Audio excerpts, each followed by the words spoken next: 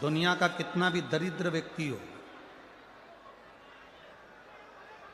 चाहे दुनिया का कोई व्यक्ति ऐसा हो जिसका कभी व्यापार चलता ही नहीं हो,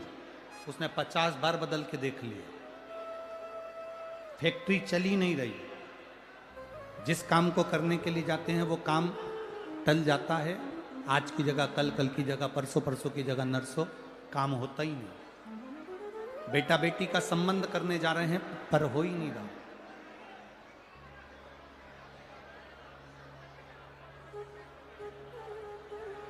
कितना भी दरिद्र से दरिद्र व्यक्ति हो, कितना भी दीन से दीन व्यक्ति हो, एक नियम वो अगर अपनी जिंदगी में बना ले, प्रदोष काल में, प्रदोष के समय पर बेलपत्री के वृक्ष के नीचे एक बार जाकर नमन करना और प्रदोष काल में शंकर भगवान के मंदिर में दिया लगाना, ये दो चीजें अगर वो 3 महीना भी लगातार कर ले तो उसके जीवन में कभी कोई समस्या आ ही नहीं सकती, कोई दुख आ ही नहीं सकता। एक नियम बना, जब कोई कहते तुम्हारे जीवन में कष्ट ही कष्ट है, तब एक काम चालू करो, शिव की आराधना।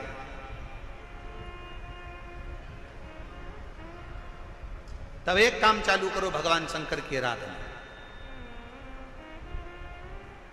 3 चीजें अपना लो। पहले नंबर पर शिव जी के मंदिर में 1 लोटा जल चढ़ाना। दूसरे नंबर पर मंदिर में दिया लगा सकते हो तो ठीक है, नहीं तो एक कनेर का फूल पीला वाला, देखा है आप लोगों ने? जम के बोलो जरा। पीले कलर का कनेर का फूल एक, प्रदोष काल के समय पर अगर दीप लगा सको तो ठीक है, नहीं तो एक कनेर का फूल पीले कलर का, शिव जी के अशोक सुंदरी का स्पर्श। अशोक सुंदरी वाली जगह मालूम है ना आप लोगों को? फिर से आप समझ लें।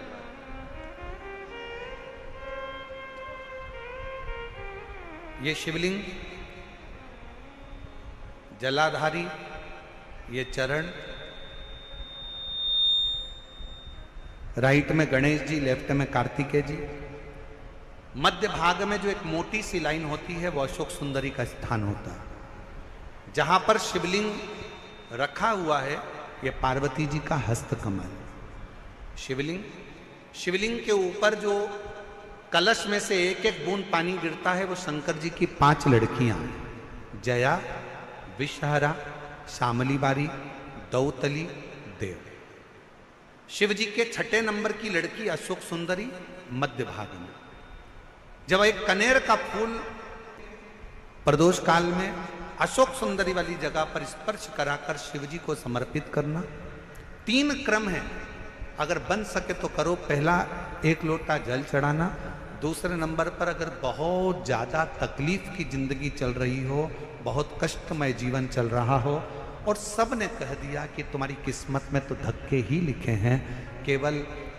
आप धक्के ही खाओगे, तो एक कनेर का पुष्प प्रदोष काल में अशोक सुंदरी का स्पर्श कराकर शिवलिंग पर चढ़ाओ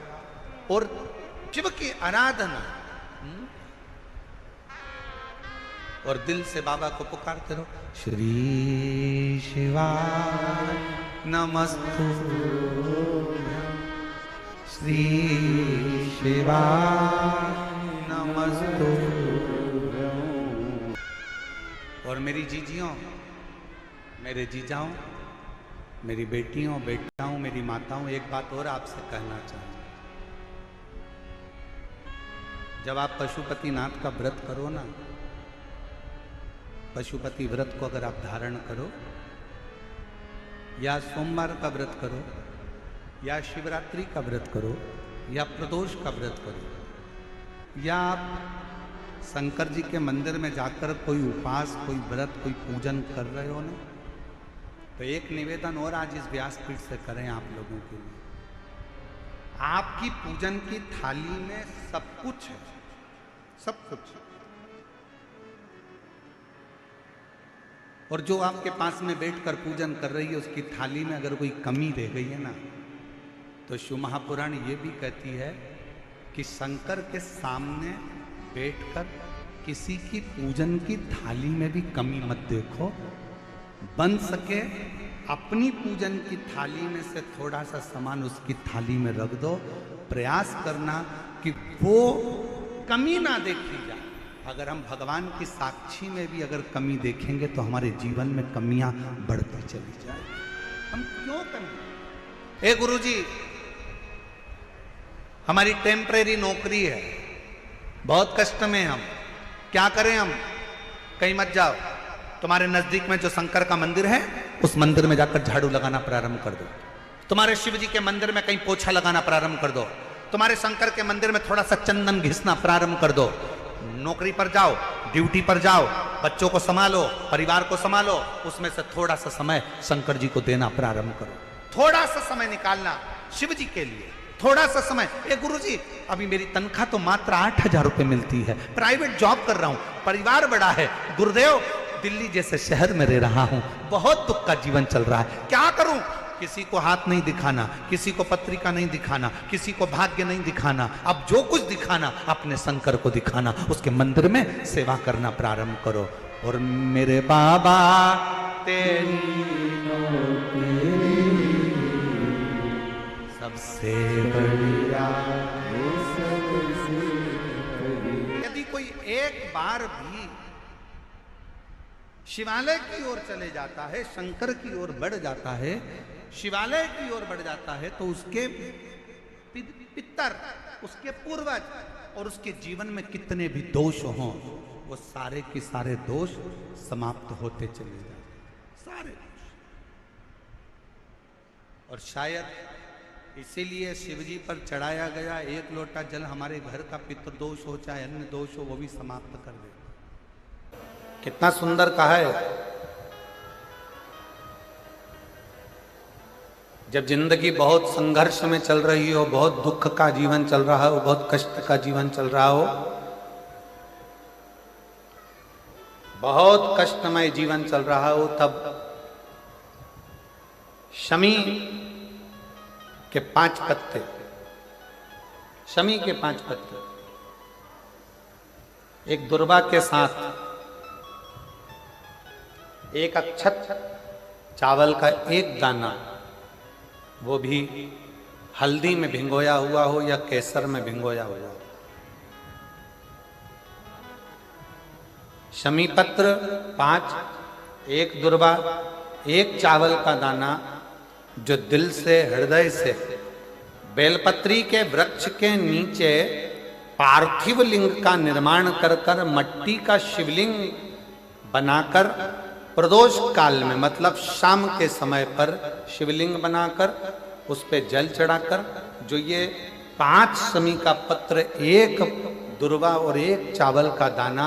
अपनी कामना कर कर, जो दुख चल रहा है बाबा से विनय कर कर एक एक पत्ता जब समर्पित कर दे, फिर एक दुर्वा समर्पित कर दे, फिर एक चावल का दाना समर्पित कर दे और बाबा का वहीं पर पुनः विसर्जन कर दे, 3 महीना तो जाने दो, 15 दिन के अंदर वो दुख कटता जरूर है, चाहे कोई भी दुख, किसी भी तरह का दुख क्यों हो। एक बेलपत्र के वृक्ष की परिक्रमा करने वाले को हजारों अश्वमेध यज्ञ का फल प्राप्त हो जाता है, हजारों अश्वमेध यज्ञ का फल प्राप्त हो जाता है। उसी तरह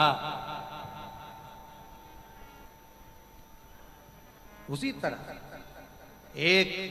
पार्थिव लिंग का निर्माण करने वाले को, मिट्टी का शिवलिंग का निर्माण कर कर पूजन करने वालों को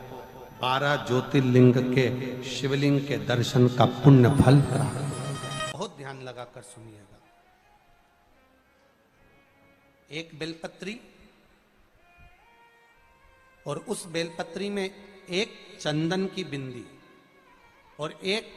अक्षत का दाना मात्र रखकर भी अगर शिवालय पर चढ़ा दी जाती है,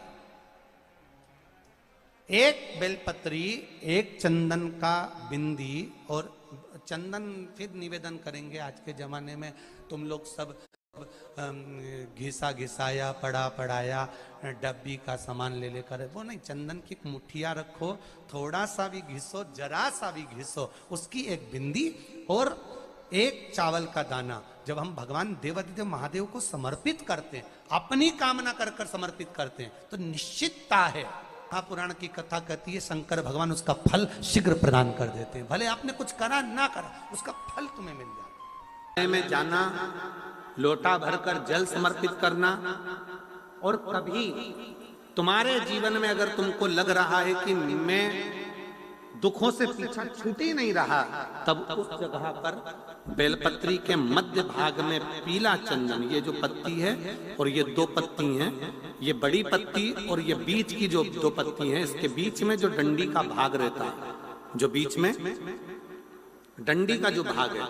बड़ी पत्ती और ये दो छोटी पत्ती के मध्य में जो डंडी का भाग है, उस डंडी के भाग में पीला चंदन और एक अक्षत पीला शंकर भगवान को आप अगर प्रदोष काल में समर्पित कर रहे हैं, तो ये निश्चित है कि धीरे धीरे कर कर वो दुख समाप्त होगा, वो दुख कटेगा ही। प्रकट वर्णन किया गया शंकर भगवान की आराधना में, शिव की आराधना में, जब तुम्हें लगता है कि तुम्हारा व्यापार नहीं चल रहा, कोई तुम्हें धोखा दे रहा है, लक्ष्मी नहीं आ रही, बहुत चिंता में पड़े हुए हो, बहुत टेंशन में जिंदगी चल रही है, बहुत बीमारियां तुमको घेर ली है और चारों तरफ अंधेरा ही अंधेरा नजर आ रहा है, तुमने विचार करा अब मैं तो मर जाऊं तो अच्छा, मैं सुसाइड कर लूं तो अच्छा, मैं मर जाऊं तो अच्छा, तो मरने से पहले एक काम कर कर देखना, शंकर भगवान की आराधना कर कर देखना, शिव पर एक लोटा जल चढ़ा कर देखना, और ज्यादा चिंता ज्यादा टेंशन हो तो बेलपत्री के जड़ को घिसकर उसका चंदन बनाकर शंकर को लेपन कर कर उसकी भी आराधना कर कर देखना कि बेल चंदन का फल क्या। बेलपत्र, एक बेल, ये कोई साधारण नहीं, एक बेलपत्र, एक बेल, ये कोई साधारण नहीं, एक बेल। इसकी नीचे की डंडी से लेकर ये दो पत्तियां जहां लगी हैं, और दो पत्ती से लेकर ये बीच की जो पत्ती है उसमें जो गैप है, उसमें जो जगह है, दिख रही है आपको, ये दो पत्ती से लेकर बीच की पत्ती के बीच में जो जगह खाली रहती है,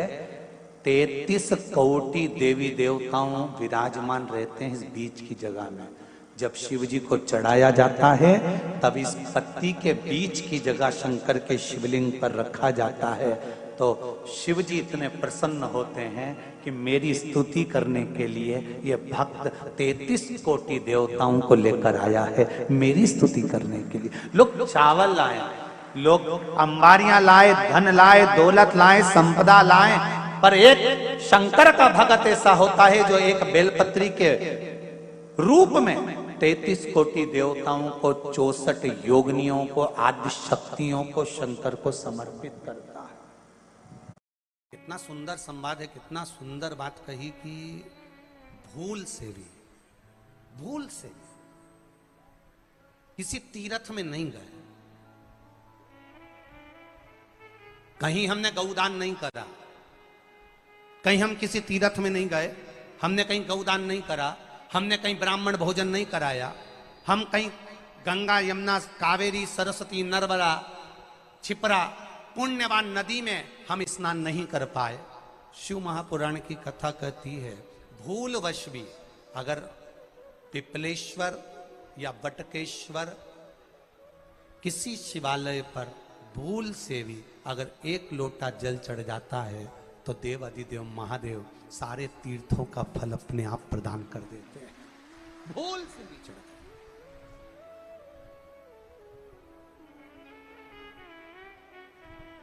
एकांतेश्वर महादेव किसी तीर्थ में नहीं गए, कहीं हमने गौदान नहीं करा, कहीं हम किसी तीर्थ में नहीं गए, हमने कहीं गौदान नहीं करा, हमने कहीं ब्राह्मण भोजन नहीं कराया, हम कहीं गंगा यमुना कावेरी सरस्वती नर्मदा छिपरा पुण्यवान नदी में हम स्नान नहीं कर पाए। शिव महापुराण की कथा कहती है भूलवश भी अगर पिपलेश्वर या बटकेश्वर किसी शिवालय पर भूल से भी अगर एक लोटा जल चढ़ जाता है तो देव अधिदेव महादेव सारे तीर्थों का फल अपने आप प्रदान कर देते हैं। भूल से भी चढ़